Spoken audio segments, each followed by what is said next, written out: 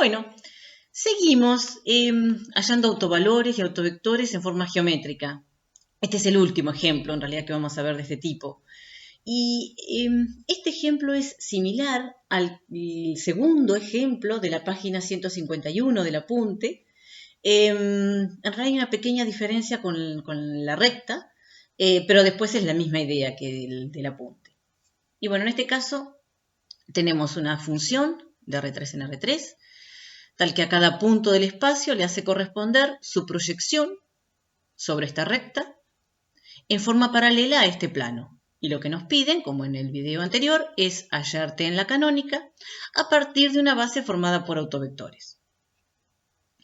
En este caso, si miramos la recta, por ejemplo, un vector paralelo es el 1, menos 1, 1, y un vector normal de este plano es el 1, 0, 1. Y bueno, vemos que estos vectores, el 1, menos 1, 1, no es paralelo al 1, 0, 1. Así que entonces esta recta no es perpendicular al plano. Por lo tanto, esta proyección no es en forma perpendicular. O sea que entonces cuando hallemos la base formada por autovectores, hay vectores que no los vamos a poder elegir perpendiculares. O sea, perpendiculares entre sí, ¿no? Entonces, la base no la vamos a buscar Bon. Pero sí podemos hallar una base formada por autovectores. Y podemos ver cómo se comporta esta función. Acá tenemos, bueno, en el espacio, el eje X, el eje Y, el eje Z, como siempre. Esta es la recta L y este es el plano pi. Este es el plano pi. Y este vector en realidad es el vector perpendicular al plano. Y bueno, y acá vemos también que este vector no es paralelo a la recta. Así que lo que habíamos dicho, ¿no? Esta recta no es perpendicular al plano, ¿sí? Donde se cortan, no forman un ángulo de 90 grados. Acá lo podemos ver bien. Bueno, ¿y cómo se comporta esta función? Supongamos que tomamos este punto. Entonces lo tenemos que llevar en forma paralela al plano, a la recta. Acá, para llevar en forma paralela al plano, lo que vamos a hacer es trazar un plano paralelo al plano pi que pase por este punto P. Bueno, acá lo tenemos. Entonces, si llevamos este punto en forma paralela al plano, lo que nos va a quedar es este punto, esta intersección, que acá lo tenemos marcado. Ese es el transformado de ese punto. O sea, tenemos este punto, le aplicamos la función t, y este es p, y este es t de p. Acá vemos que este vector, o sea, este punto, no nos da origen a un autovector de la transformación lineal. Si tomamos este vector con origen en el origen de coordenadas y extremo en P, y tomamos este vector con extremo en este punto, con origen siempre en el origen de coordenadas, o sea, un vector paralelo a la recta, sería en este caso. Bueno, ese vector paralelo a la recta no lo vamos a poder obtener a partir de este vector OP. No existe un lambda tal que este vector OP por lambda nos dé este vector. Así que, por lo tanto, este punto no nos da origen a un autovector de la transformación lineal. Bueno, podemos borrar borramos el punto, borramos esto. Tomemos otro punto, por ejemplo, en este caso, un punto que pertenece a la recta. Entonces, como este punto pertenece a la recta, si le aplicamos la función, tenemos que llevarlo a este punto en forma paralela al plano hasta la recta. Pero bueno, en este caso ya está en la recta, así que por lo tanto, si le aplicamos la función t a este punto, lo que nos queda es el mismo punto. Y bueno, entonces ahora lo pensamos como vector. Este sí es un autovector de la transformación lineal, asociado al 1. El transformado de este vector es el mismo vector. Por lo tanto, acá tendríamos que lambda 1 igual a 1. Es un autovector, un autovalor de la transformación lineal. Y este vector, en realidad este y cualquier otro vector paralelo a la recta, van a ser autovectores de la transformación lineal asociados a el 1. Bueno, entonces acá podemos tomar este va a ser un vector de la base. Es un vector paralelo a la recta L. Tomemos otro punto, por ejemplo, este punto C. Este punto está en el plano pi. Y bueno, y si le aplicamos la función, tenemos que llevarlo nuevamente en forma paralela al plano hacia la recta. Y lo que nos va a quedar es ese punto de intersección. Bueno, que acá nuevamente lo tenemos marcado. Nuevamente, si ahora tomamos el vector O C, ¿sí? Con origen en el origen de coordenadas y extremo en este punto C, ese vector no es un autovector, porque este vector no lo vamos a poder, que es paralelo a la recta, no lo vamos a poder obtener a partir del OC multiplicado por cualquier lambda. No existe un lambda tal que este vector por lambda nos dé este vector paralelo a la recta. Así que, por lo tanto, si tomamos puntos del plano, no nos va a dar origen, salvo este, el resto no nos va a permitir encontrar, hallar autovectores. Bueno, entonces vamos a cambiarlo, borro esto. Supongamos que en lugar de tomar puntos de este plano, tomamos puntos de este plano. Este plano es paralelo al plano pi, pero pasa por el origen de coordenadas. En realidad los vectores paralelos a este plano y el vector nulo forman un subespacio de dimensión 2. Bueno, si tomamos puntos de este plano, cualquiera, acá tenemos uno marcado, por ejemplo este, acá lo tenemos. Este punto es un punto que pertenece al plano, y si le aplicamos la función, es entonces llevarlo en forma paralela al plano pi, pero como estos dos planos son paralelos, entonces llevarlo dentro del plano hacia la recta. Y lo que nos va a dar es el origen de coordenadas. Entonces el transformado de este punto es el origen.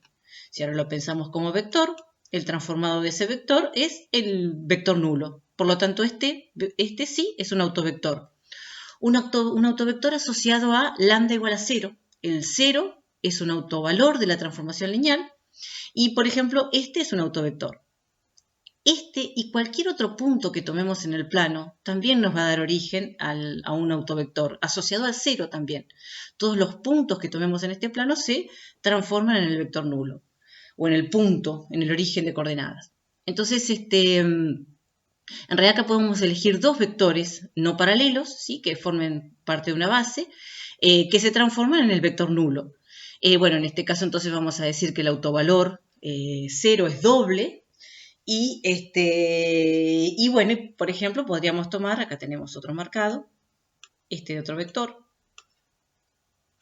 Este vector también es un vector paralelo a este plano, paralelo a este plano, al plano pi, así que se transforma en el vector nulo.